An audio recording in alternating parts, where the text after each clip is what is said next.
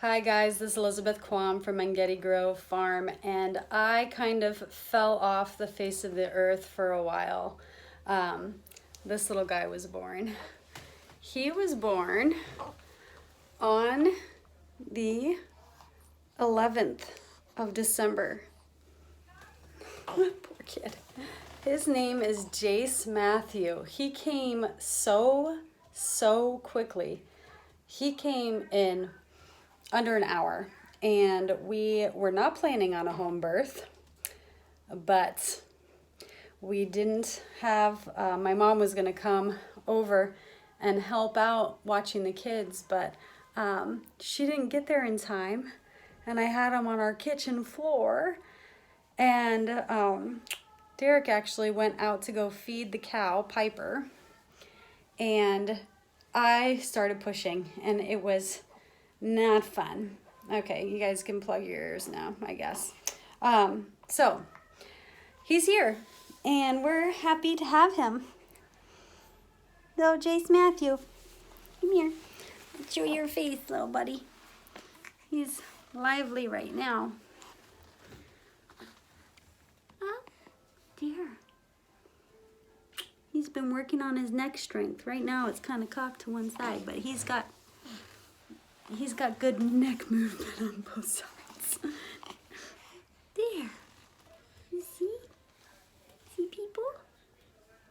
There, my cutie. We're waiting for him to start smiling. He'll start smiling soon. So, the title to my video, he killed 40,000 elephants. So during this time, I've learned a lot. I've learned a lot about health, and I've learned health has to do with our farming practices and the environment as well. And one video that was very influential, and just like thinking about how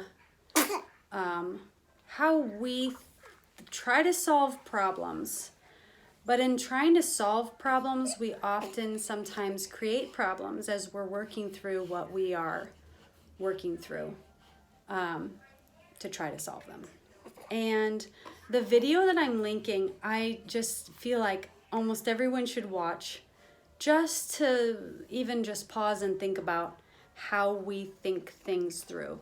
And we experiment with things to try to solve problems.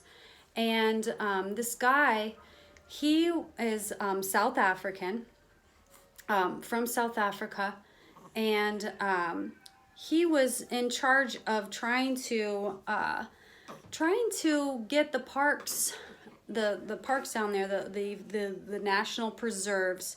He was in charge of trying to keep those healthy, and they thought the problem was overgrazing, because the desert was growing, and they just thought, okay, it's overgrazing.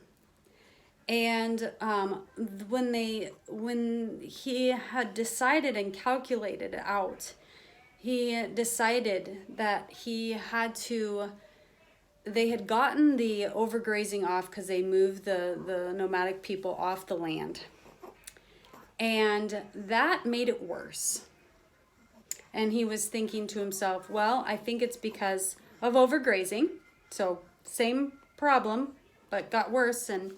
But the idea was, he thought that the elephants were overgrazing. There was too many elephants. And he loved elephants. He loves wildlife.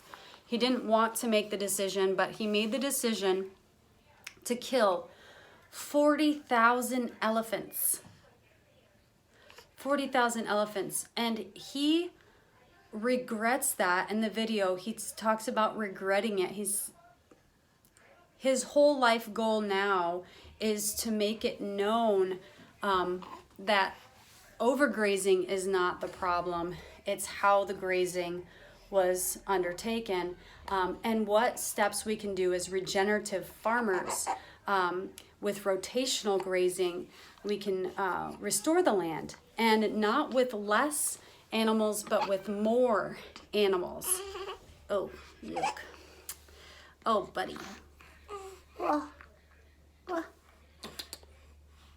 Should I take care of you for a minute? Pause. Okay, so he's happy and he's sleeping right now. So, yes, so that was a big blunder for him. And we all have blunders. Not all of us kill 40,000 elephants. We kill our own type of elephants, though, unfortunately. Anyhow, I think that we also are doing the same in our farming practices, and we're continuing to maintain killing our elephants, which would be our natural resources of really good soil, by the farming practices that we are endeavoring. And especially in my area, I live in Iowa, we farm and farm and farm and degrade this land, and we're spraying pesticides and herbicides on the land. We're killing its microbiome, and we're leaving the land depleted of nutrients because we're not tilling in actual organic matter. We're just spraying it with chemical fertilizer and synthetic things that it's depleting the land of nutrients, and we're growing food that is not sustaining us and is left more to fungal viruses. We are depleting our land, wiping out its microbiome, and leaving it susceptible to fungal infections. And I want you to think about that, and just think about that as I make videos in the future. Our land is sick, and we are sick as a nation. And we are experiencing a lot more sickness, allergies, diseases, autoimmunity, and everything.